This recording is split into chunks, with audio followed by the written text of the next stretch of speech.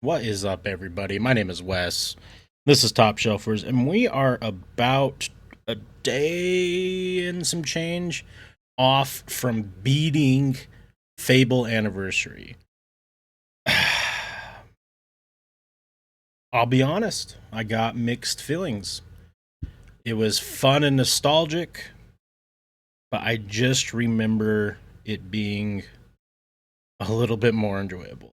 Uh, just to be honest. However, if this is your first review, let me kind of explain what we're doing. I play games live. You can watch it here on YouTube or over on the Purple app.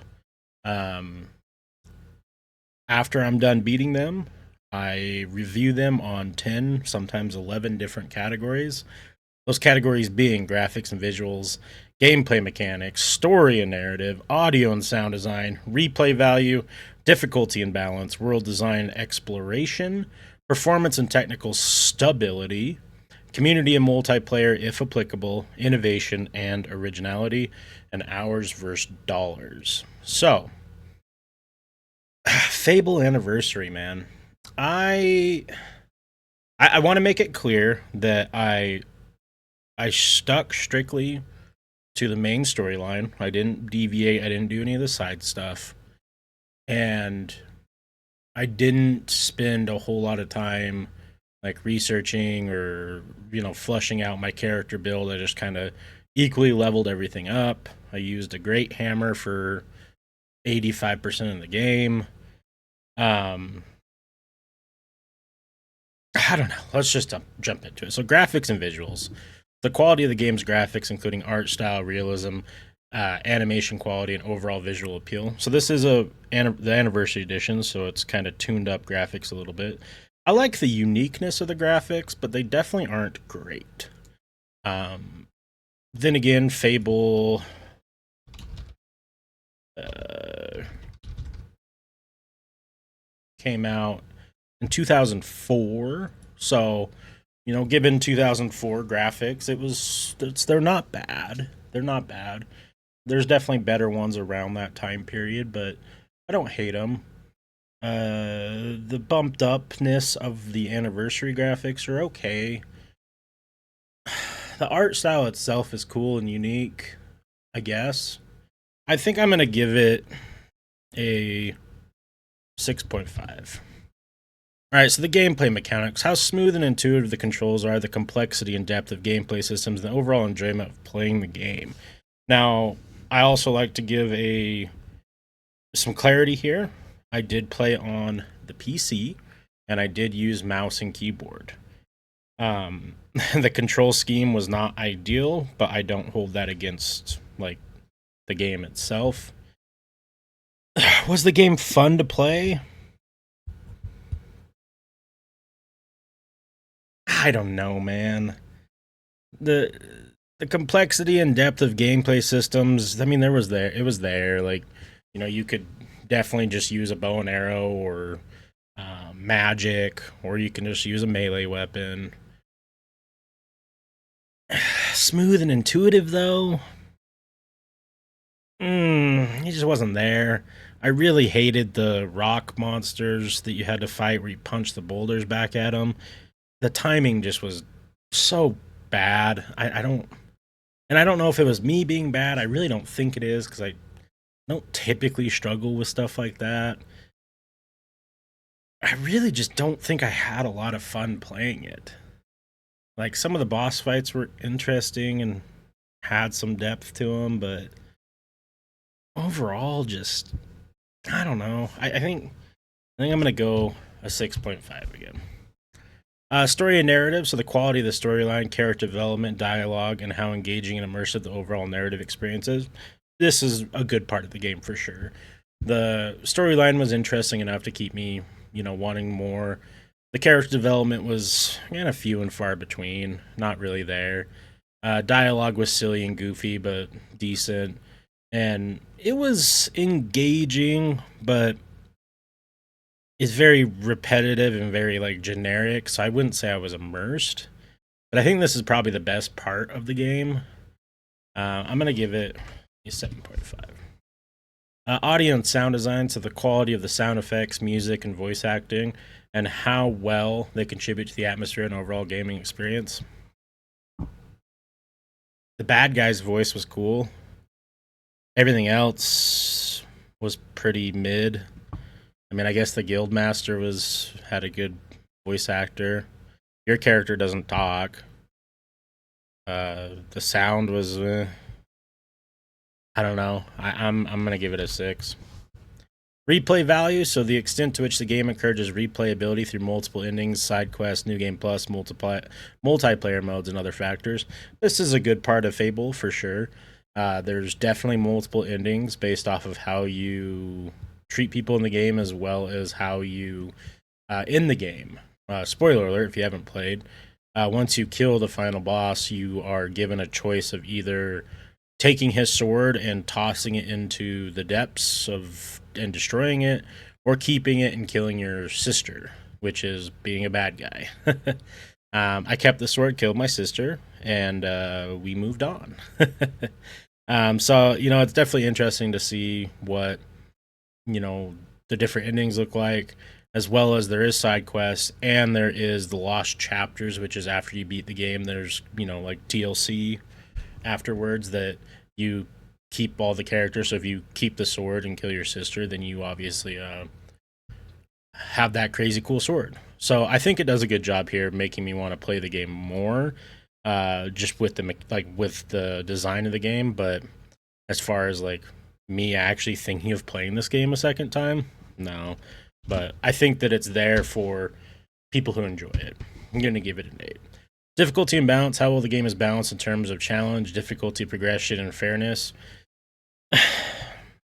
I don't know, man. I mean, there was some parts that felt more difficult than others, but I mean, I didn't spend any time like really looking at weapons. I didn't really flesh out a build, and I just was kind of killing shit. I don't know.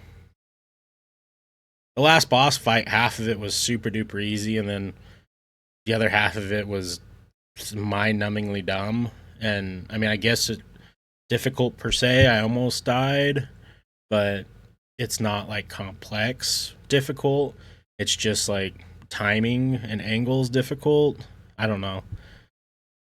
I I mean, I think it was fine. I think it was fine.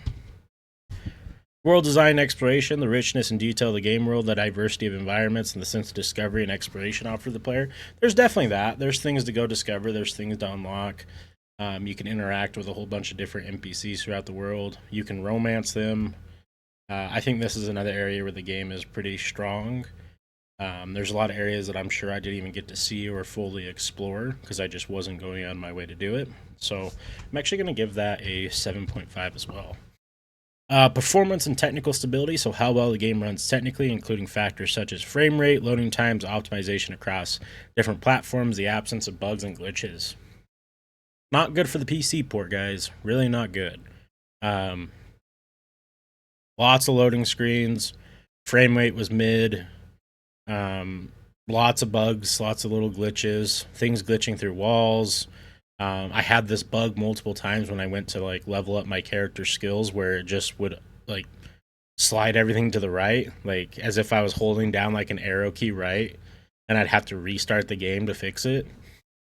It happened enough times that I was like, well, I guess I'm just not going to level up anymore. um, Voice bug issues. I mean, this was the first time I beat this game all the way through. I played it when I was younger, but I didn't ever like beat the game. And I kind of wish I wouldn't have revisited it. Because there was quite a few bugs in this version. So I'm going to give that a 5.5. Usually I only rank the community and multiplayer if I am doing like a multiplayer game. However, I do want to talk about this. So I rate community and multiplayer based off of if it's applicable and the quality of the online features, multiplayer modes, community engagement, and support for players' interaction and socialization. The Fable community, the ones that I got to meet through streaming, are so awesome, are so amazing. Like, they were hopping in the game, telling me about the game, showing me how to play the game, sharing clips of them doing crazy speed runs. So friendly, and they give that sense of like they are they love the game, they're passionate about the game, and they want people to enjoy it and be welcomed and enjoy the game as well because they don't want the game to die off. And they are it was a really awesome experience to have a lot of people who watch Fable on streaming platforms and who either stream it themselves or run the game, speed run the game. I have to rate this here because it was such an amazing experience. I'm gonna give you guys a 9.5, which is the first time we've actually rated a community in multiplayer, and it was amazing. Thank you.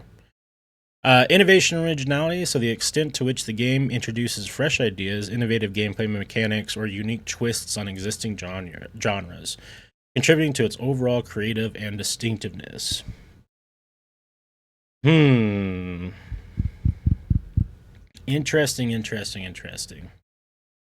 I think the one thing that this game does have in abundance is charm, because it does mix a lot of silly stuff with serious stuff. And I think that is pretty.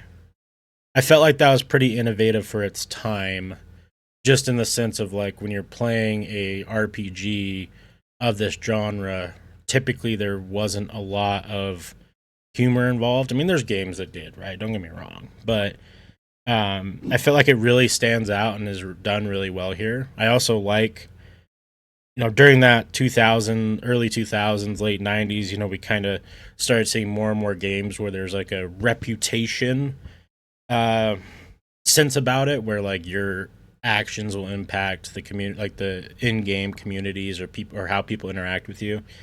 And for sure, you can either be a hero and people praise you, or you can be a villain and people are afraid of you. And I think that that's really fun. They weren't the first ones to do it, but I think it was done pretty well. I'm going to rate this on a 7.5. Now, hours versus dollars. Let's go ahead and pull up our Steam. We need to find Fable. So we did 8.4 hours to go through the main story without doing any of the side quests. I did one. And then store page, if you want to buy this game right now, you're looking at $34.99, not including any of this, which I'm not sure what these two are, to be honest with you. They have mixed reviews, so I assume not good. Um what is that? I sure as shit didn't see no dragon. It must be in the lost chapters. So I think that it would be fair to say that the money is worth it. I think $34.99 isn't a bad price. And hear me out. So we were 8 point whatever hours in. We'll just round to 8. Let's say side quests take up another 4. So you're at 12. Let's say the lost chapters take up another 3 to 5. So let's just say 15. Um, and then a second playthrough to play either hero or villain again. You'll obviously run through the game a lot faster, so another 8 to 10 hours maybe for all of it. So you're right around 25, 30 hours total. I'm sure if you want to do a completionist, you're probably looking at maybe 45, 50 hours total, I would say, in my opinion, just given what I did do. I don't know if there's areas where you have to grind a lot. So I think hours versus dollars is right where it needs to be. I'm gonna give it an 8. So with all that being said, let's break out our handy dandy calculator and do some scoring.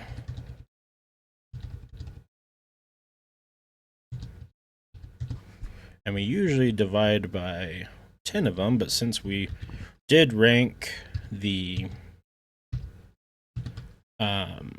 multiplayer and community. So we ended up at a respectable 7.2 out of 10. Let me just run those numbers one more time just to make sure, because that actually seems a little bit higher than I was expecting it to be. No, that's right. Yeah, the community really helped it.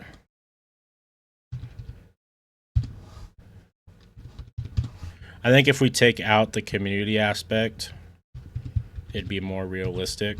So if you just play this game without streaming it,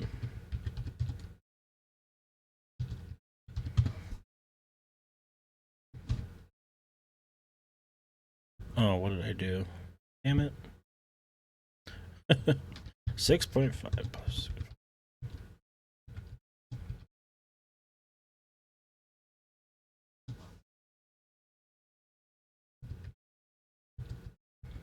Yeah, a 7. So 7 out of 10, 7.2 out of 10. That seems about where I'm happy with Fable, so let me know if you guys agree or disagree. I think it's worth the time to go check out the game if you never got around to playing it, and you might enjoy it a lot more than I did. The game's not bad, just I think it's right in that mid range, which is enough to take my money. All right, guys, thank you so much for watching. I hope you have a wonderful rest of your day. I'll catch you on the next one. Peace.